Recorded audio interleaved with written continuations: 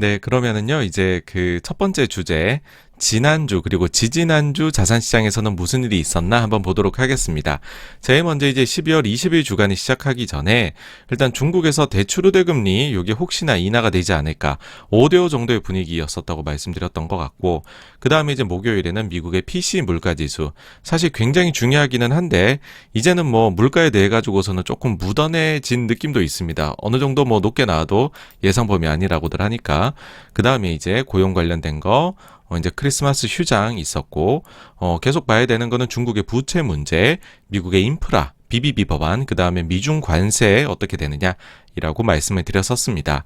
제일 먼저 이제 20일 월요일에 들어가게 되면은요, 주말 동안에 이런 뉴스가 나왔었어요.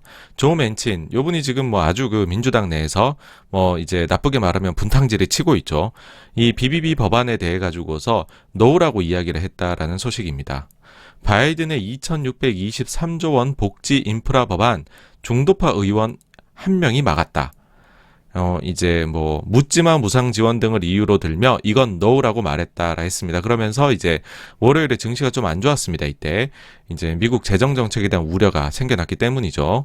그리고는 주말 동안 이제 들려왔던 소식이 유럽 쪽에서 오미크론 관련해가지고 봉쇄령 내리는 나라들이 이제 늘고 있는데 네덜란드도 이제 봉쇄령을 내렸다라는 소식이었습니다.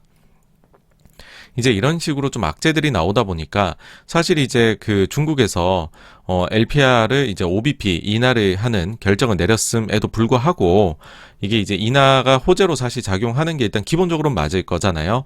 근데 그럼에도 불구하고 오미크론 인프라 좌초, 법안 좌초, 요 우려가 더 컸었던 하루였습니다.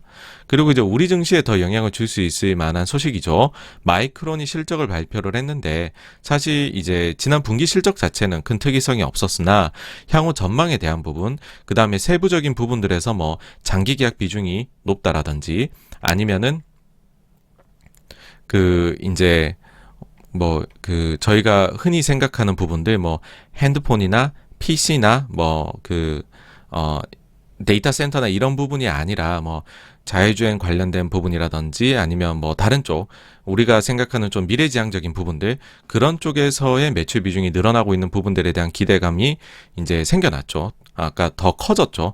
그러다 보니까는 시간 내에서 거의 한 10% 정도 상승을 했습니다. 그래서 요 분위기가 고스란히 그 다음날 한국 증시에도 이어져서요. 삼성전자, 하이닉스가 꽤나 강세를 보였었습니다. 이후에도 계속해서 좀 상대적 강세를 연말까지 계속해서 나타내가지고서요. 아무래도 마이크론 실적에 그런 이제 훈풍을 반도체가 좀 받고 있었다. 그렇게 말씀드릴 수 있을 것 같습니다. 어쨌든 월요일은 오미크론 더하기 BBB 법안 좌초 위기 해서 증시들이 좀 빠졌었고요. 이제 화요일에는 바이든 대통령이 이렇게 얘기를 합니다. 이제 맨친 의원하고 통화를 했고, 그래서 BBB 법안 통과 쪽으로 다시 좀 긍정적 신호 있을 것 같다 얘기를 했죠. 그리고 바이든 대통령 오미크론에 대해서도 기자회견을 가졌습니다. 요건 이제 미국 시간으로는 오후에 열렸고요. 그러다 보니까는 이제 우리 증시 당연히 끝나고고 미국 증시도 이제 거의 뭐 장 끝날 때 정도쯤에 나왔는데, 사실 이제 요런 것들이 미리 언론을 통해서 세워져 나옵니다. 그러니까 뭐 의도적이라고 할 수도 있겠죠. 그러다 이제 근데 거기에서 내용이 보니까는 사람들이 제일 걱정했던 게 유럽식의 봉쇄가 있는 거 아니냐였는데 미국은 봉쇄 없이 나간다. 예. 이제 강하게 이제 여기에 대응해서 나가겠다. 우리는 백신 뭐 접종 이런 것들 믿겠다. 이런 것들이 보였죠. 그래서 봉쇄가 없다는 말에 시장이 환호를 했었던 그런 하루였습니다. 그리고 이날 또 나왔던 뉴스 중에 하나는 화이자하고 머크, 코로나 이제 먹는 치료제죠. 경구 치료제가 FDA에서 조기 승인이 기대된다는 소식이 나온 것도 역시나 증시에 힘을 보탰었고요. 그 다음에 이 부분도 조금 우려가 있었어요. 뭐냐 하면은 최근에 이제 어쨌든 12월 뭐 FOMC나 등등등등 끝나고 그 다음에 이제 뭐 거기서 테이퍼링의 속도를 높이기로 했고, 그 다음에 보통 경우에 분기말, 월말, 연말에는 좀 자금 수요들이 있습니다. 그래가지고서 금리나 이런 시장에서 좀 유동성이 부족해지고 금리가 좀 갑자기 툭툭 튀는 이런 현상들이 나타나곤 하거든요. 그러다 보니까는 연말에 와가지고서는 지금 이제 미국의 국채 입찰이 혹시나 부진하지 않을까라는 거에 대해 가지고서 다들 이제 눈여겨보고 있는데, 이날 국채 20년물 입찰을 앞두고서 우려가 있었어요. 근데 해외 수요가 워낙 좋으면서 호조 입찰 호조가 나왔습니다. 그래서 이때부터 증시가 장 막판으로 갈수록 더 힘을 받아서 올라갔었던, 그래서 나스닥은 무려 2.4%가 올랐었던 하루였습니다. 다음으로 이제 수요일로 넘어오게 되면 중국 시안에서 코로나가 좀 심각해지고 있다라는 소식이 들려왔습니다. 그래서 도로를 전면 통제하고 외출 자제령을 내리는, 여기에서도 보시면 아시겠지만은 기사 헤드라인이 이렇죠. 삼성전자에 있는 중국 시안 코로나로 도시 봉쇄 1,300만 명 외출 금지. 그러니까 요때까지만 해도 사실 요 뉴스가 우리나라 기업들에게 아니면은 글로벌 반도체 쪽에 큰 영향을 미칠 거다라고 생각하시는 분 많지 않으셨을 것 같아요. 근데 이게 미치게 되죠. 일주일 정도 지나게 되면. 네, 어쨌든 이런 소식이 시안 쪽을, 그래서 지금 코로나 쪽은 저희가 좀 눈여겨보셔야 된다라는 얘기를 드리고 싶고요. 그리고 이제 그 증시에는 좋은 뉴스였죠. 이건 뭐냐면 테슬라의 앨런 머스크가 테슬라 지분 10% 처분 이야기를 했었는데 그 목표치를 거의 달성했다라는 이야기를 했습니다. 그러면서 테슬라가 이날 크게 뛰면서 증시를 전체적으로 이끌었던 하루였습니다.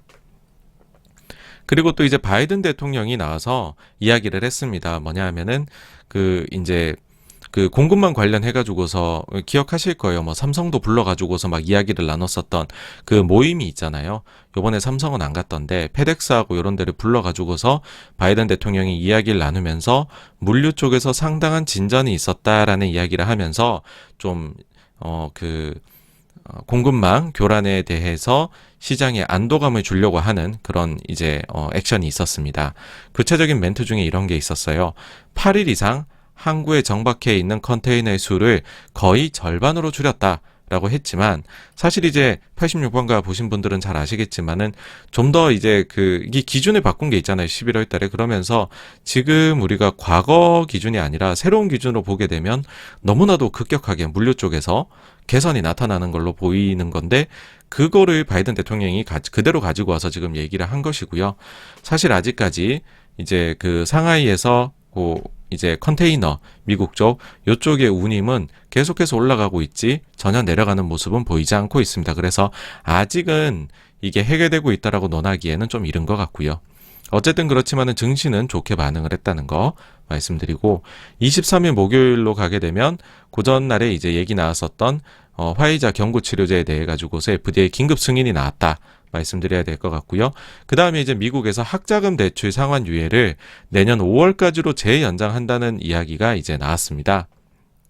이제 확정이 되었죠. 이거는 뭐냐 하면은 학자금 관련해서 미국에서 3,600만 명 이상이 거의 한 1.37조 달러 혜택을 보고 있다라고 이야기를 해요.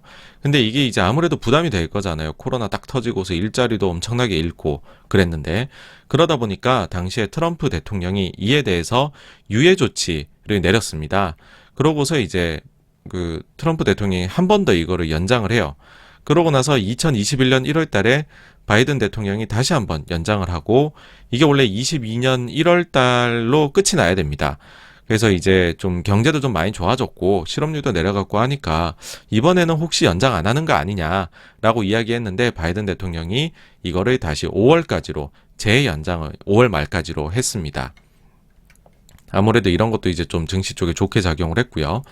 그 다음에 이제 신규 실업수당 청구 건수 예상치하고 동일하게 계속해서 지금 잘 나오고 있다는 거, 미국 쪽 고용이 좋다는 거 말씀드리고 싶고, 그 다음에는 이제 미국의 PC 물가지수가 발표가 됐습니다. 사실 이게 이제 연준에서 CPI보다 더 참고를 하는 거니까는 훨씬 더 어떻게 보면 중요성이 있다고도 할 수 있는데요. 숫자들은 전반적으로 조금 더 높게 나왔어요. 사실 이제 절대치가 높은 거는 더 이상 말씀드릴 필요가 없죠. PC 물가지수 전년 동기 대비 5.7%, 근원 PC 물가지수는 전년 동기 대비 4.7%입니다. 이거 뭐 몇십 년 만에 제일 높다 이런 거는 더 이상 말씀드릴 필요가 없을 것 같고, 예상치 대비 얼마나 높으냐 이거를 이제 시장이 보는 건데, 헤드라인 물가지수는 예상치만큼 나왔습니다. 그치만은 전월치가 상향 수정이 된 부분이 있어서 약간 더 높게 나왔다라고 말씀드릴 수 있을 것 같고, 근데 그보다는 이제 음식료하고 그 다음에 에너지 쪽을 제외한 근원 PC 쪽에 가게 되면은 예상치보다 0.1% 더 높게 나왔고, 또한 전월치도 0.1% 상향 조정이 되어서 사실은 꽤나 높게 나왔었던 PC 물가지수였다라고 생각을 합니다. 그렇지만은 증시 분위기가 워낙 좋고 그 다음에 뭐 물가가 이 정도 뭐 전월 대비 다시 0.2를 연유라 하면은 2%가 넘는 건데 이 정도는 약간 묻어내지신 것 같아요, 다들. 그러다 보니까는 이게 나오니까는 오히려 증시가 더 내달리더라고요.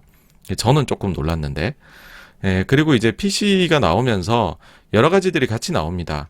그러니까는 일단은 뭐 이제 이게 이제 소비니까는 개인 소비 지출이 나올 거고, 그 다음 소득이 나오고, 소득하고 지출이 나오니까는 저축률도 나오게 되겠죠. 이거 전부 다 제가 볼 때는 조금 안 좋게 나왔어요.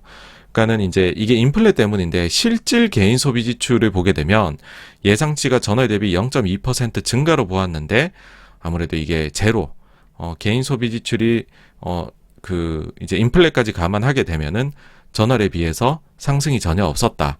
그 다음에 실질 처분 가능 소득은, 그러니까 인플레를 반영한 처분 가능 소득은 오히려 마이너스를 전월 대비 기록을 했다.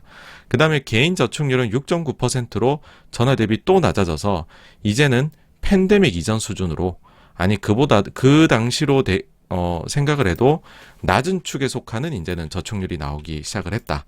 예, 뭐 그런 것까지도 좀 전달해 드리고 싶네요. 요거를 좀 이제 크게 해가지고 보시면은요. 실질 개인 소비 지출이 보시면은 사실 이게 어느 정도의 소위 말해서 이거를 좀 짝대기를 쭉 기울기를 그어서 보시는 분들이 있어요. 뭐냐 하면은 이렇게 미국이 원래 요 정도의 요 정도의 기울기로 소비 지출이 성장을 하네. 근데 금융위기 때문에 이렇게 망가졌네.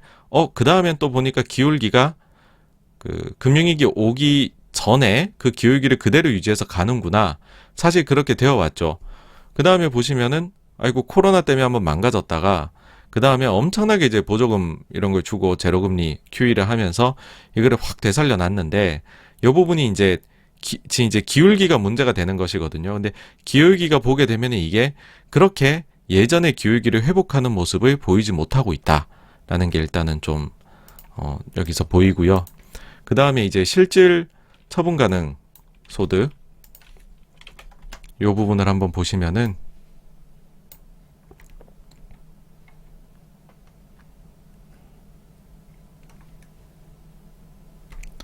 이것도 이제 사람들이 이렇게 장기 트렌드라 그래갖고서 쭉 선을 그어 봅니다. 그러면 얼추 뭐 기울기가 어느 정도 경향성이 있네 이런 얘기들을 하는데 최근에 보시면 워낙에나 이제 뭐 보조금 줬잖아요. 한 번은 $600 줬죠. 그 다음에 매주 주는 돈을 $300씩 더 줬었죠. 실업급여를. 그 다음에 또 바이든 대통령 때 $1,400 아메리칸 레스큐 플랜 할 때 지급을 했던 것도 있죠. 하다 보니까는 엄청나게 이런 부분들이 이제 플러스 효과를 냈었습니다. 근데 이제 과거의 기울기 대비해서 최근에 보시면은 최근에 이제 그런 보조금들이 싹 다 사라졌잖아요. 그러고 나니까는 경기가 되게 좋고 취업도 굉장히 이제 고용 상황도 굉장히 좋다라고들 이야기를 하는데 근데 보시면은 요거는 지금 기울기 자체가 상당히 어떻게 보면은 요것만 놓고 우리가 현재 상황을 알지 못한다면 야 이거 경제가 좀 내려가고 있으니까 뭔가 조치를 취해야 되는 거 아니야? 그런 생각이 들 수 있는 기울기가 나오고는 있습니다. 그럼 마지막으로 이제 저축 데이터를 한번 보시면은요.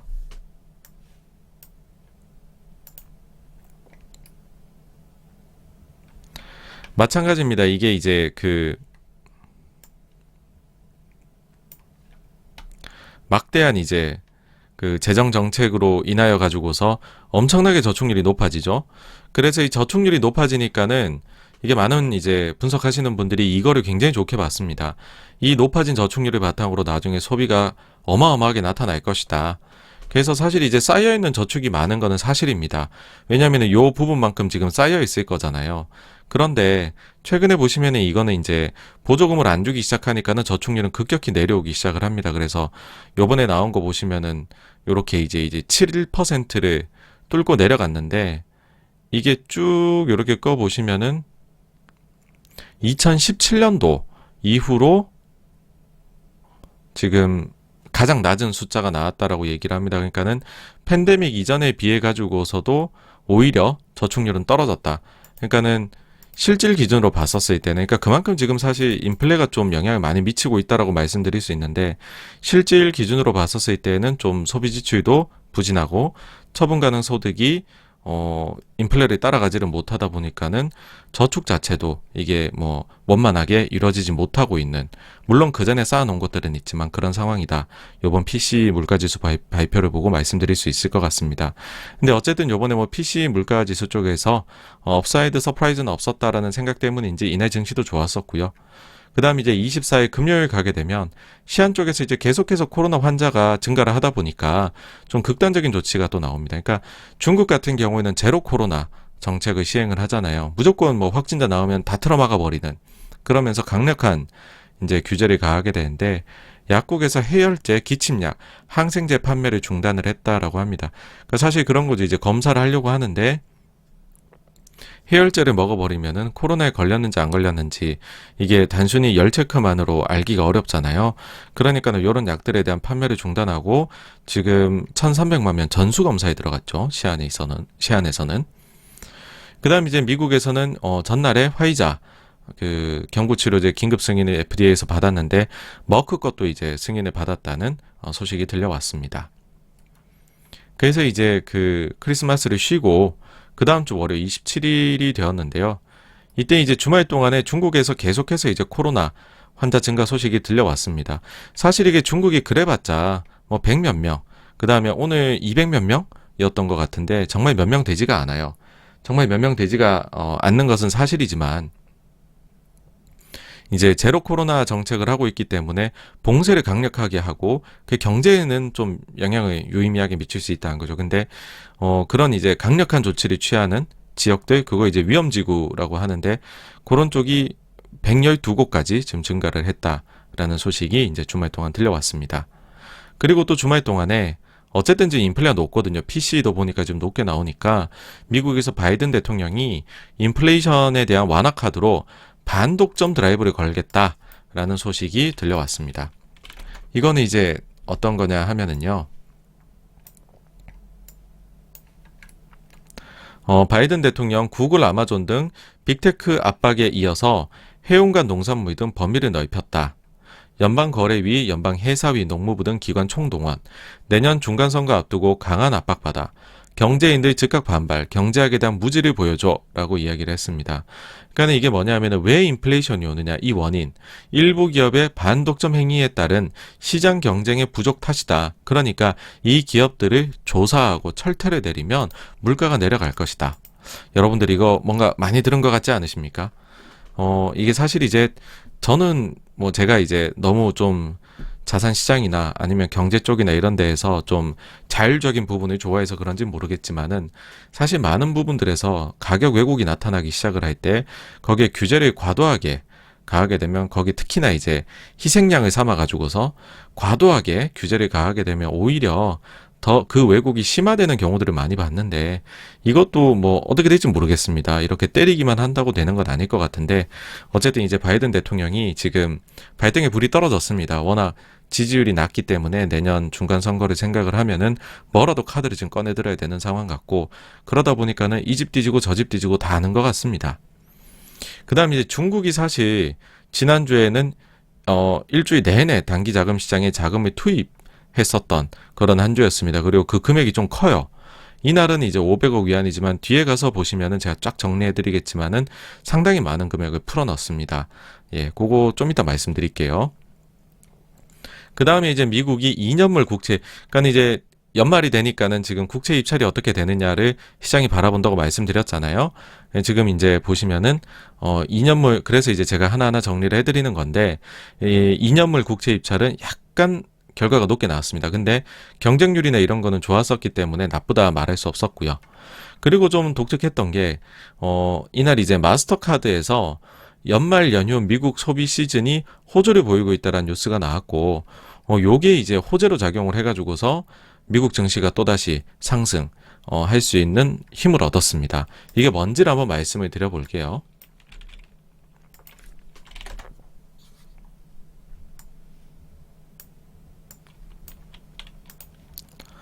이게 이제 그 마스터카드 스펜딩 펄스라고 해갖고서요. 마스터카드에 들어가시면 나옵니다. 근데 그러니까 미국 소비가 8.5%, 여기 연휴 동안이라고 하는데 연휴가 언제냐라고 보시면은 11월 1일부터 12월 24일까지 요거를 이제 연휴 기간 땡스기빙도 들어가고 뭐 그다음에 크리스마스도 들어가니까는 뭐 요렇게 기간을 잡은 것 같습니다. 그렇게 해서 보니까는 2021년도가 전년 대비 8.5% 성장을 했더라. 그 다음에 19년하고 대비를 해도 10.7%가 성장을 했더라. 라고 하면서, 최근에 왜 소매 판매 데이터 나왔는데 예상보다 조금 부진하게 나왔잖아요. 근데 이제 그게 아니라는 거죠. 굉장히 지금 8.5%나 증가했다. 이러면서 좋다, 소비가.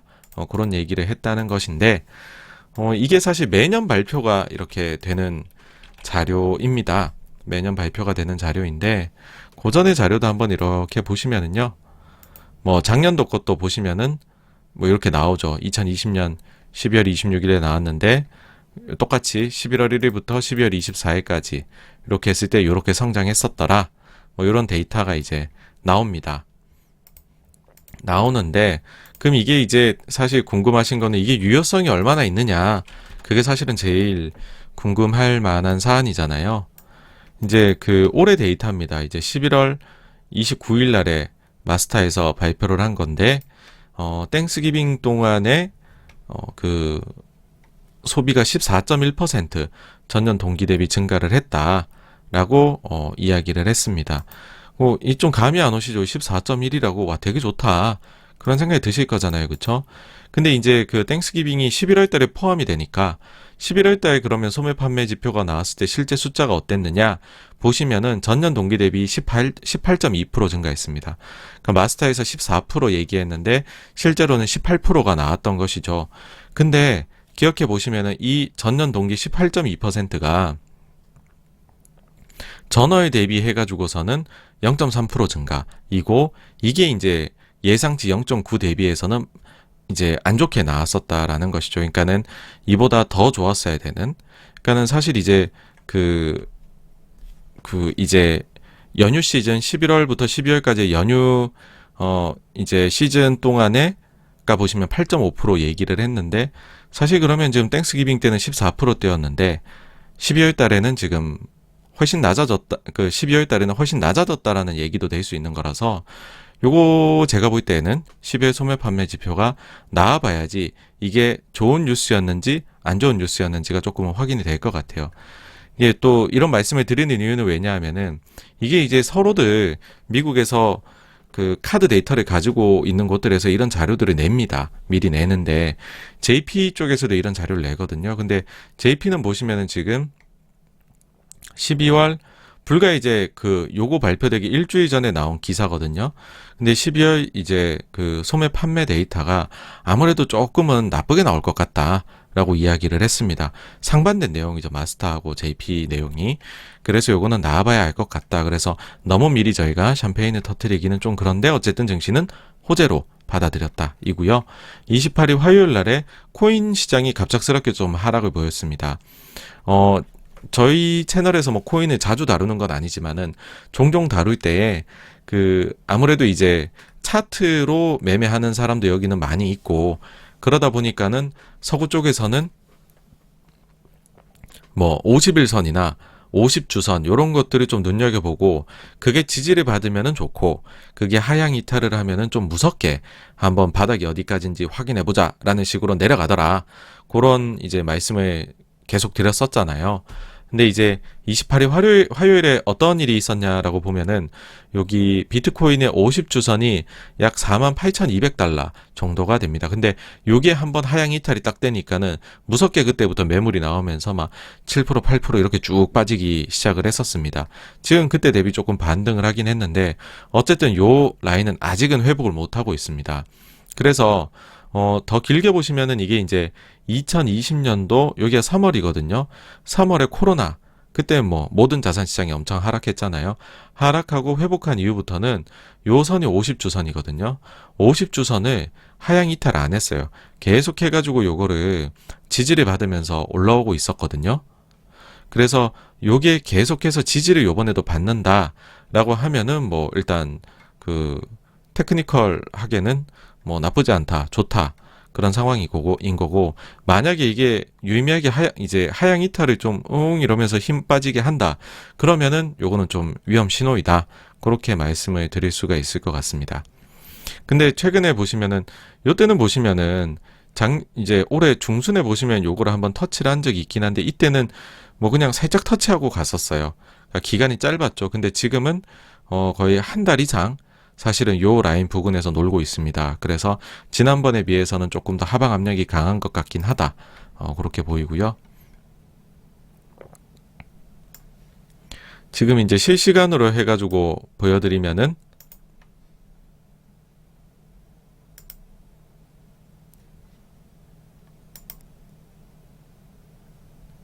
지금 사실은 요때 이제 빠지고 나서는 뭐 계속해서 이쪽에서 왔다 갔다 하고 있는, 아직까지는 뭐 큰 흐름은 안 보이고 있는 상황이라고 말씀을 드릴 수 있을 것 같습니다. 근데 그 내일까지 이제 뭐 아무것도 안 하니까, 증시도 안 열리고 하니까는 뭐 사람들이 다들 코인 시장 가가지고 또 놀 거잖아요. 그래서 뭐 아직 방향성을 쉽게 말씀드리긴 좀 어렵다. 근데 50주선은 꼭 한번 보시라 말씀드리고 싶고요. 그 다음 이제 중국 쪽에서 단기자금 시장, 그 전에 500억 위안이라 그랬잖아요. 이내 2천억 위안 넣었습니다. 2천억 위안이라 하면요, 거의 뭐 헝다 사태가 터졌을 때만큼 넣고 있다. 그렇게 보시면 됩니다. 그 다음에 이제 미국 5년물 국채 입찰 역시나 약간 전날에 이어서 높게 나왔는데 경쟁률은 괜찮았다. 그래서 별로 시장에서 문제는 안 되었다. 이고 시장은 좀 혼재된 상황으로 끝이 났습니다. 그 다음 이제 29일 수요일날 30일이 이제 한국 폐장일이니까는 이날 배당락이 왔는데, 사실 이제 한국 증시가 뭐 배당 감안하면 배당이 한 1.2% 정도 되나요? 근데 그거 감안하면 선방을 굉장히 했습니다. 그래서 별일 없이 넘어갔고, 그 다음에 이제 그 시황 관련해가지고서 반도체 업체들이 좀 의견을 내놓기 시작을 합니다. 제일 먼저 이제 삼성 보시면은 중국 시안에 코로나19 상황과 관련해 말씀드립니다. 삼성전자 중국 시안 반도체 사업장은 코로나19의 확산세가 지속됨에 따라 생산 라인의 탄력적 조정을 진행 중입니다. 이는 임직원의 안전과 건강을 최우선으로 고려해야 한다는 회사의 경영 방침에 따른 것입니다. 삼성전자는 글로벌 생산 라인 연계를 포함한 다각적인 대책을 마련해 고객 서비스에도 차질이 없도록 최선을 다하겠습니다. 근데 이제 아무래도 뭐 아직까지 큰일은 아니라 생각을 하지만 탄력적 조정, 이란 단어가 좀 눈에 들어오고요. 그 다음에 마이크론에서도 이날 밤에 이야기를 했는데, 뭐라고 했냐 하면은 약간의 단기적인 딜레이 이야기를 했고, 약간의 그 생산의 영향을 얘기를 했습니다. 아직은 약간이라는 거. 네. 그 다음에 전날에 이어서 중국 또 2천억 위안을 집어넣었습니다. 굉장한 금액이고요. 그러니까 이게 얼마나 큰 금액이냐 하면은 지준율을 인하하면은 1.2조 위안 효과가 있다 그랬거든요. 근데 하루 이틀 3일 사이에 4,500억 위안을 단기 자금에 넣었습니다. 그 다음에 이제 미국이 이날 7년물 국채 입찰이 부진하게 나왔습니다. 뭐 경쟁률이나 금리 다 안 좋게 나왔습니다. 이거는 이제 왜 그랬을까라고 생각을 해보면, 그 뭐 축구 좋아하시는 분들은 익숙하실 거예요. 박싱데이라는 단어가. 영국에 보시면은 박싱데이 이후에 그러니까는 여기는 크리스마스 있고 며칠 더 놀죠.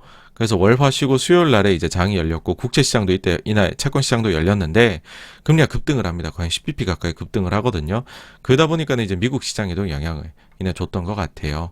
이게 영국을 자꾸 말씀을 드리는 게 또 있습니다. 이유가 뭐냐 하면은 QT를 아마도 제일 먼저, 그러니까 QE의 반대죠. 이거는 이제 자산 시장을 쪼그라뜨리는 거죠. 그게 가장 먼저 진행될 것으로 지금 보이기 때문인데, 이거는 뭐냐 하면은 8월로 저는 기억을 합니다. 영란은행에서 QT에 대한 가이던스를 바꾸는 내용이 있었어요. 무슨 내용이냐면은 두 가지인데요. 첫 번째, 기준금리가 0.5%가 되면 만기 도래하는 채권의 재투자를 중단하겠다.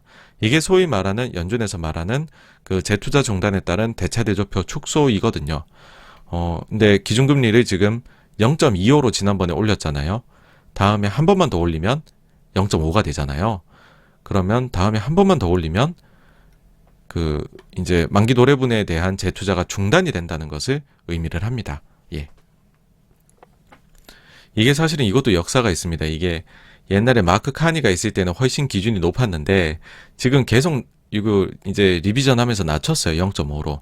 옛날처럼 2나 1.5였으면 그러지 않아, 이거 저희가 긴장 안 했을 텐데, 지금 0.5로 내려왔기 때문에 좀 긴장을 해야 될 수도 있습니다. 왜 그러냐? 또 해보면은, 내년에 이제 특히 3월 달에 만기 도래분이 굉장히 많습니다. 그러니까는, 2월 달에 만약에 그 영국에서 금리 인상을 한 번 더 해버리면은, 그러면은 그다음부터는 요 만기 도래분은 그대로 그냥 시중에서 유동성을 빨아들이는, 이제 유동성이 사라져 버리는 거죠. 그런 일이 벌어질 수 있다라는 거고요. 그 다음 두 번째로는 여기서 만약에 더 올린다. 그래서 기준금리가 1%가 된다. 그러면은 보유 채권을 매각하기로 지금 계획을 세우고 있습니다. 진정한 의미의 QT라고 할 수 있죠. 사실 이제 QT라는 단어를 그렇게 쓰지를 않아요. 왜냐하면은 지난 금융위기 이후에 많은 중앙은행들이 QE를 했지만은 그 뒤에 이거를 사이즈를 이제 대차제조표를 줄여나가는 과정에서 진정한 의미의 QT를 한 데가 없거든요. 진정한 의미의 QT를 하려면 보유 채권의 매각까지 해야 되잖아요. 근데 대표적으로 연준 보시면은 2017년도 9월 달에 이제는 그 재투자를 중단하겠다라는 얘기만 했지 보유 채권을 매각하겠다 한 건 아니거든요. 재투자 중단을 17년 9월부터 2019년 9월까지 합니다. 그리고 19년 9월부터는 오히려 not QE라 그러면서 돈을 더 풀어요. 또 QE스러운 걸 해버립니다. 단기자금 시장에 돈을 엄청 집어넣어버리는데, 그러니까 진정한 의미로서 이제 연준은 QT를 한 적이 없는데, 영란은행은 지금 본인들의 이제 향후 QT 가이던스에 따르면 1%가 되면 채권 매각한다고 합니다. 어떻게 될지 모르죠. 또 상황이 돼보면은 또 기준 바꾸면 되는 거긴 하니까. 그리고 여기서 또한 놀라운 점은 내년도 영란은행에 대해 가지고서 시장의 예상은 100bp 인상이거든요. 지금 금리. 그러면은 이거 들어간다는 거거든요. 그러면 요만큼은 만기 도래분 재투자 안 하고 그 다음에 보유 채권까지 매각하는 거를 내년 하반기에는 보일 수도 있다. 네, 운이 나쁘면. 그 다음에 이제 미국에서 장 종료 직전에 바이오젠이 갑작스럽게 삼성의 인수설이 나왔습니다. 그러면서 새벽 4시부터 급등을 했었어요. 그러면서 다음 날에 우리나라 증시도 열리면서 관련 주식들 상승이 나타났으나, 삼성이 보시면은 삼성바이오가 이쪽 관련해서는 굉장히 이제 해명 공시를 빨리 내더라고요. 지난번에 이제 백신 위탁 생산 관련해가지고서도 막 기사들 나올 때, 단독 기사 막 이런 거 나올 때 엄청나게 부인 기사 공시 빨리 했었잖아요. 그거 저희 채널에서 그때 당시에 아주 총극이다 이러면서 그걸 한번 다룬 적이 있는데, 이번에도 보시면 삼성 미래승부수 미국 바이오젠 품고 신약 최강자 노린다 했더니 해당 내용은 사실이 아님을 알려드립니다. 예, 이제 결정된 바 없습니다가 아니라 사실이 아닙니다. 이래버리면 이거는 완벽한 부인 공시라고 할 수 있습니다. 그러면서 이 관련 주식들이 아침에 신나게 오르다가 이제 계속해서 주주주주 힘이 빠졌었던, 네, 그런 모습을 보였죠. 그래서 이때도 장이 특별한 일은 없었고요. 대신에 이제 그 금리가 보시면은 지금 그 7년물 국채가 좀 부진하면서 그다음 영국 쪽이 급등이 나오면서 미국채도 이제 아주 간만입니다. 1.5를 다시 10년물이 돌파를 했습니다. 우리나라 이제 30일 마지막 거래일인데 특별한 일 없이 한산했던 하루였고요. 굳이 이제 찾자면은 쿠팡에서 이제 와우 멤버십, 로켓 와우 요 요금을 신규 회원 대상으로 해가지고서는 이제 3,000원이라고 해야죠. 사실 5,000원으로 인상을 하겠다. 기존에 쓰시던 분들은 이제 그냥 2,900원 계속 내시면 되는데 신규 회원 기준으로 이제 가격을 올렸다라는 겁니다. 근데 이제 계산을 해보면 만약에 이제 결국은 기존 회원까지 올리겠죠. 그쵸? 만약에 이제 기존 회원까지 다 올리게 되면은 1,000억 초중반 정도 영업이익 증가가 기대되는 그런 가격 인상이다. 예. 그리고 또 이제 여기 엮어갖고서 네이버 멤버십도 사실상 가격 인상인 거죠. 원래 이제 요 하면은 티빙 오리지널 다 볼 수 있었잖아요. 근데 이제는 시청 제한이 됩니다. 그래가지고서 최소한 3,000원 이상을 더 내야 티빙을 볼 수 있는. 이거 네이버하고 CJ가 힘을 합치면서 네이버 멤버십 가입하면 티빙 공짜로 볼 수 있는 거 참 꿀이었는데 요게 이제 많이 약해졌습니다. 중국 쪽 보시면은 이제 전일보단 좀 적어졌지만 1,000억 원 또 큰 금액을 넣었고요. 그 다음에 좀 중국 쪽 독특한 게 중국이 30일 날 중국 외환시장 장 막판에 위안화가 급하게 약세로 돌변합니다. 그러니까 위안화 가치의 하락이죠. 예, 그래갖고서 이게 개입이 있었던 것이 아닌가라는 얘기가 강하게 나왔었고요. 그러니까 위안화가 사실은 굉장히 강합니다, 지금. 그전에도 저희가 여름에 한번 강했던 적이 있는데 그때 당시에 이제 증거금리를 상향을 하면서 다시 위안화의 방향을 좀 돌려 세웠었죠.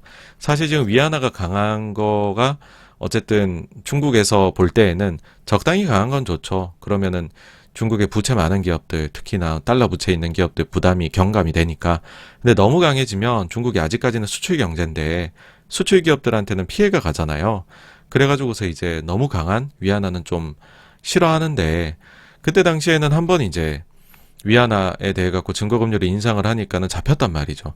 근데 그러고 다시 그 당시 레벨로 또 위안화 강세로 쭉 내려옵니다. 내려와가지고 다시 이제 증거금리 인상을 했는데 이번에는 안 먹혀요. 더 내려가려고 그러거든요. 더 위안화 강세로 가려고 하니까는 뭔가 이제 아주 뭐 구체적인 개입이 나온 것으로 생각이 되고요. 그 다음에 이제 미국 신규 실업수당 청구 건수 보시면 계속해서 하여튼 잘 나오고 있다는 거. 그 다음에는 뭐 이제 낸시 펠로시 하원 의장의 투자 내역이 이날 공개가 됐어요. 미국에서. 낸시 펠로시 의장이 그랬죠. 연준은 이제 연준 위원들의 개인적인 투자에 대해 가지고서 뭐 기억나시겠지만은 문제가 있다라고 해가지고서 굉장히 기준이 강화됐었잖아요. 그러면서 야 그러면 의회에서 일하는 사람들도 이 기준이 상당히 강화가 되어야 되는 것 아니냐라는 이야기가 나왔다는 이야기도 드렸습니다. 근데 그때 당시에 낸시 펠로시 하원 의장 미국에서 뭐 서열로는 3위라 그러던데 이분이 공개적으로 반대를 했죠. 우리는 자유시장 경제이다. 요 한마디로 해가지고서 아니 위원들이 그 국회의원들이 주식 투자 좀 할 수 있지. 그걸 가지고 금지시키려고 그래? 라고 했습니다. 근데 사실 요분은 남편하고 같이 해가지고서 콜옵션 투자를 개별 주식 보유도 아니고 콜옵션 투자를 많이 하시는 분으로 유명한데 요번에 공개된 거 그런 것도 있다 그래요.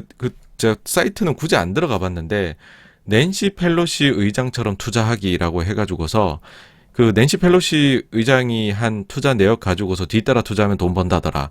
그래서 그 내용을 계속 이제 역사적으로 추적하는 그런 사이트도 있다고 하는데 전 도저히 거긴 손이 안 나가더라고요. 근데 어쨌든 요번에는 뭘 샀냐라고 보시면은 12월 17일 날에 이제 구글 사셨네요. 구글을 콜옵션을 사셨고 그 다음에 마이크론도 샀습니다. 마이크론 샀고 로블록스 세일스포스닷컴 그 다음에 좀 소액으로 월트 디즈니까지 하셨네요. 이제 요거 보면은 하는 얘기들이 있죠. 그러니까 아무래도 이해상충이 과연 정말 없겠냐.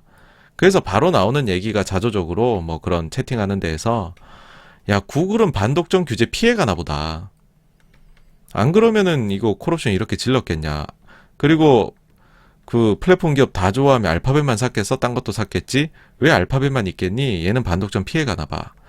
그 다음에 마이크론이 21일에 샀으니까는 마이크론 보시면은 20일 날 실적 발표했잖아요. 그죠? 장 종료 마이크론 실적 발표. 저 실적 내용이 참 좋긴 좋았나 봅니다. 오죽 좋았으면은 낸시 펠로시 이 주식 잘하시는 하원 의장께서 그 다음날 실적 발표 보시고서는 콜옵션에 지르셨어요. 그래서 저 반도체가 좋긴 좋나 보다. 네, 그런 생각이 들었습니다. 그 다음으로 이제 미국하고 러시아, 바이든 대통령, 푸틴 전화 통화를 했다는 이야기가 들려왔는데 이게 거의 뭐 장 종료 직전에 나왔죠. 아무래도 이제 그 동유럽에서의 그런 그 이슈 때문에 그런 거다라고 보이는데 뭐 이것 때문인지는 모르겠습니다. 뭐 그렇게 뭐 여기서 내용이 나빴다 이런 얘기는 전혀 없기는 했지만은 장 막판에 좀 이유를 모르게 증시가 잘 올라가고 있다가 미국 증시가요. 장 막판에 갑자기 마이너스 음전환을 했죠. 예. 좀 독특했는데 굳이 이유를 찾자면은 요 정도밖에 저는 못 찾겠더라고요, 이날. 그리고 이제 드디어 미운 오리가 좀 날아올랐습니다. 미국에서 빅테크 중심의 나스닥 골든 드래곤 차이나 인덱스 이게 9.5% 급등을 했습니다. 사실 특별한 호재는 없었고 연중으로 놓고 보면 40% 이상 하락입니다. 오히려 이제 고점하고 저점을 보시면은 20을 넘어가던 게 9달러도 깨고 내려갔었어요. 근데 그게 이제 9.5% 올랐다는 거죠. 참 질이 멸렬하게 떨어졌습니다. 계속 이제 중국 빅테크에 대한 규제가 중국 내에서 나오면서 계속해서 떨어지다가 아무 이유도 없는 것 같은데 이날 9.5% 올랐고, 그래서 다음날 이제 홍콩 시장에서도 요 주식들이 굉장히 좋았습니다. 굉장히 좋았는데 31일 날 마지막 날에는 금요일에는 1% 그냥 하락 마감으로 끝나서 아직은 잘 모르겠다. 예, 그렇고요. 그래서 이날도 뭐 혼조세, 미국 증시 좋다가 이제 막판에 갑자기 음전환했다는 거고, 31일 마지막 금요일에 보시면은 한국 소비자 물가는 계속해서 높습니다. 그래서 내년 1분기에 또 금리 인상 뭐 당연히 할 것 같고요. 그 다음에 이제 우리나라에서 BTS의 NFT 진출에 반대하는 팬들이 있다라는 거고, 이게 이제 사실은 그 NFT 그러면 이게 당연히 코인이랑 연결이 되고 그러다 보니까는 코인에 대해서는 반감을 가지시는 분들이 여전히 많잖아요. 그래서 이게 이제 좀 사실은 BTS가 워낙에나 인기가 있고 강력한 팬덤을 가지고 있기 때문에, 그래서 어떻게 보면은 그 이런 부정적 이미지를 씻는데 어떻게 보면 도움이 될 수도 있는 그런 것이기는 한데, 어쨌든 이제 그 팬들 입장에서는 아니 그런 것들 하지 말고 우리 멤버들 기본에 충실해서 좋은 음악 할 수 있게 해주고 편안하게 할 수 있게 해주지 왜 자꾸 신규 사업을 벌리느냐, 사실 그게 더 기재에 깔려있다라는 생각을 하거든요. 그래서 어쨌든 뭐 요런 약간의 좀 이제 이슈가 있었다는 거 말씀드려야 될 것 같고, 그 다음에는 이제 중국이 계속 자금 투입했다고 했잖아요. 이번 주에 어마어마하게 투입을 했습니다. 그래서 요때가 보시면 헝다 사태 터졌을 때, 그러고서 급속하게 8천억 위안을 순공급을 했었거든요. 그 다음에는 헝다 쪽이 그래도 좀 괜찮나봐 하다가 야 헝다 이외의 곳에서도 터지던데 하면서 갑자기 이제 1조 위안 이상 역내포로 단기자금 시장에 공급을 합니다. 그래 놓고서는 조금 잡히나? 근데 그래도 좀 적당한 금액을 유지하자 하다가 그 다음에는 이제 지준율 인하하고 그래서 그 지준율 인하 효과가 1.2조 위안이라 하니까 이만큼이 더 생기는 거잖아요. 물론 이제 MLF 좀 절반 정도 빨아들여가지고 한 요 정도의 효과가 있겠네요. 근데 잘 가다가 아무래도 이제 긍정적으로 보자면 그러니까 바른 눈으로 보자면 그건 있습니다. 보통 연말이 되면 자금 수요가 있기 때문에 자금 시장이 흔들릴 수 있거든요. 그래서 분기 말이나 연말에 이렇게 그 중앙은행들에서 시중에 돈을 좀 넣어주거든요. 그런 이제 뭐 그냥 시즈널한 걸로 봐야 되느냐, 아니면은 최근에 중국 쪽에 좀 안 좋은 부동산 쪽에 그다음 실물 경기 쪽에 지표들이 나오고 있던데, 그것 때문에 지준율 인하만으로도 안 돼가지고서 그 다음에 대출우대 금리 인하만으로도 안 돼가지고서 돈을 막 풀어놓고 있는 거냐. 근데 그런 거 대비해서는 자산시장이 좀 약해서 되게 오르지 않고 오르는 건 아니잖아요. 그러니까는 이게 조금은 우려스러워 보인다. 뭐 이런 양쪽의 의견이 팽팽합니다. 그 다음에 이제 중국 제조 PMI 뭐 예상치하고 거의 근접하게 나왔는데 약간 더 좋게 나왔고요. 그 다음에 요 날은 반대였어요. 뭐냐면은 장이 딱 끝나자마자 외환시장에서 위안화가 그 전날에는 장 종료 직전에 급하게 약세로 보냈다 했잖아요. 정부 개입이 의심되고, 그 다음에는 장이 끝나자마자 정부가 기껏해 올려놨더니 다시 급하게 강세로 갑니다. 그러니까 지금 위안화 강세에 대한 뭐랄까요, 시장의 마인드가 아직까지 전혀 꺾이지 않은 것으로 보인다. 그래서 어떻게 보면은 중국의 정부에서 지금 위안화 강세를 좀 돌리려고 했는데 이게 지금 컨트롤이 안 되고 있는 걸로 보인다. 그렇게 말씀드릴 수 있을 것 같습니다. 그 다음 미국도 조금 꺼림칙하게 전날에 이어서 이날도 잘 나가다가 장 막판에 갑자기 훅 꼬꾸라지는 모습을 보였습니다.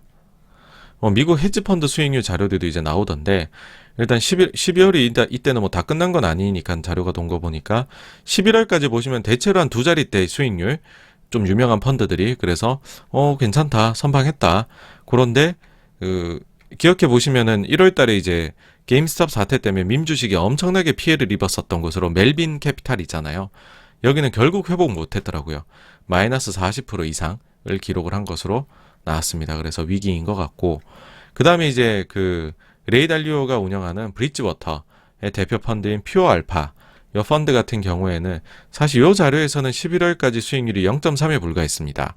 근데 12월 한 달에만 7.8%의 수익률을 올렸다라고 해요. 그래서 8%대의 수익률로 1년 농사를 괜찮게 마무리를 지었다라는 소식입니다. 그 지금 12월 달에 구체적으로 무슨 포지션을 잡았길래 한 달 만에 헤지 펀드가 이만큼 버느냐에 대해 가지고선 말이 좀 있는데, 뭐 지금 제일 그 이야기하는 바로는 채권 쪽에서 커브 플래트닝 들어눕는 거에 배팅을 세게 해가지고서 레버리지 이빠이 걸어서 그걸로 이제 이 정도 수익을 올린 거 아니냐, 예, 그렇게 얘기가 나옵니다. 뭐 어쨌든 그래가지고서 연애도 크게 뭐 별건 없었습니다. 그러고 이제 주말 동안에 지금 헝다에서 이재 상품 상환액을 하향 조정했다는 소식이 나왔거든요. 안 좋은 거죠.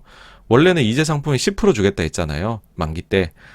다 줘도 부족할 반에 지금 10% 주는 것도 감지덕지다 얘기했는데 이것도 못 주겠답니다. 이제는 3개월 동안에 월 8,000위안 정도밖에 못 주겠다 말을 바꿨다는 소식이고요.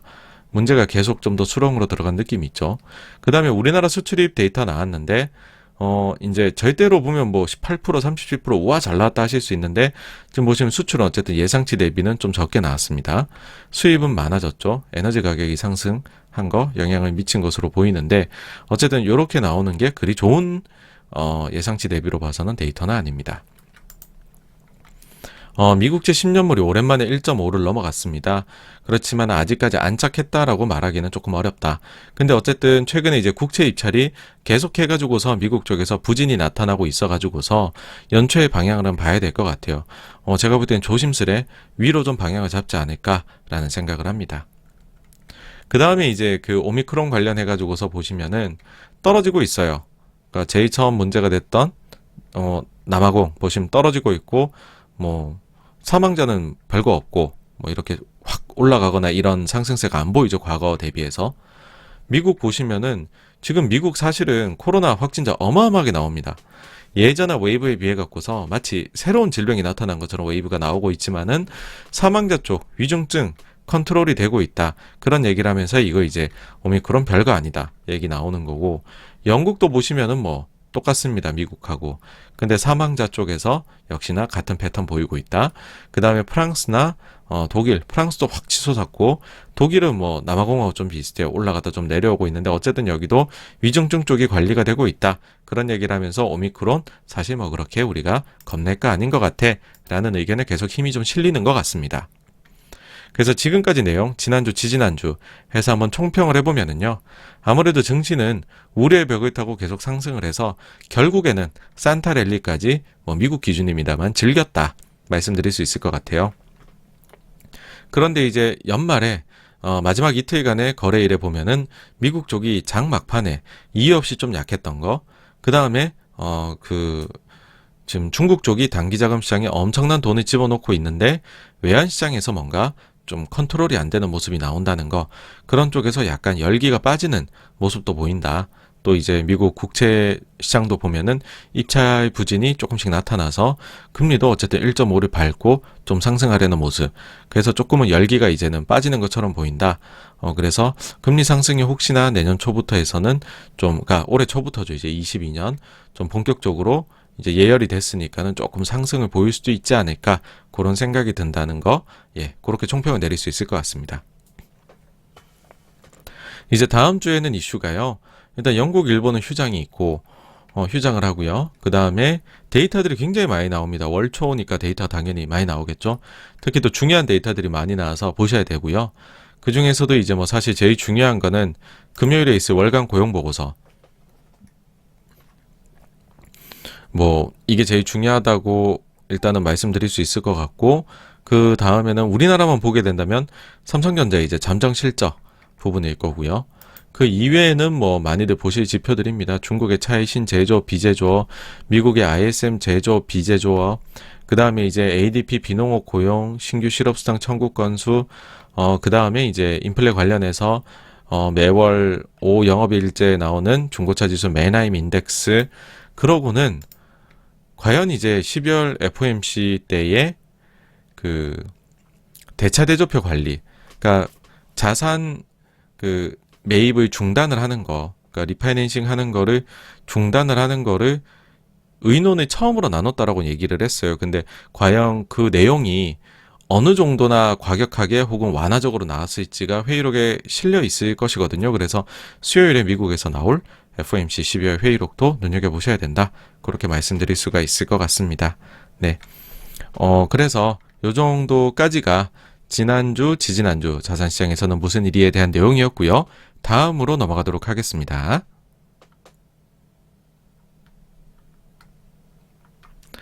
네, 리치델리오님 또 오셨네요. 안녕하세요. 반갑습니다. 네. 네, 쇼팽독터님, 매주 들어주시는 것만도 감사드리는데, 이렇게 후원해주셔서 또 너무너무 감사를 드립니다. 네, 그리고 SYL님 안녕하세요. 새해 복 많이 받으세요. 네, 김인수님 또 이렇게 후원해주셔서 너무 감사드립니다. 네, 김인수님도 새해 하시는 일 다 잘 되시기를 기원합니다. 네. 그리고 저희 승포님 또 매주 이렇게 와주셔서 후원을 해주시는데요. 너무 감사하다는 말씀 드리고요. 네, 새해 복 많이 받으세요.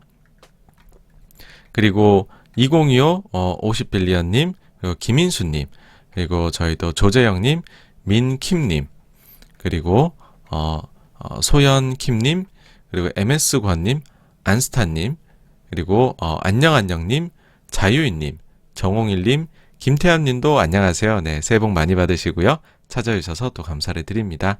그리고 저희 또 한상윤님, 세잔폴님, 이현주님, 그리고 건강한 시민님, 나따뚜이님, 쇼팽노터님, 고초유님, 아이린님, 그리고 이진아님, ADJ 볼님, 김기성님, 레프윙님, 고잉슌님, 네, 그리고 앨리스 파파님, 프리아님, 김한나님, 하늘구름님, 윌슨님, 에이고님, 또 이렇게 찾아주셔서 너무 감사하다는 말씀드리고, 예, 다시 한번 새해 복 많이 많이 받으시길, 네, 당부를 드립니다. 그러면 다음 주제로 이제 넘어가 보도록 하겠습니다.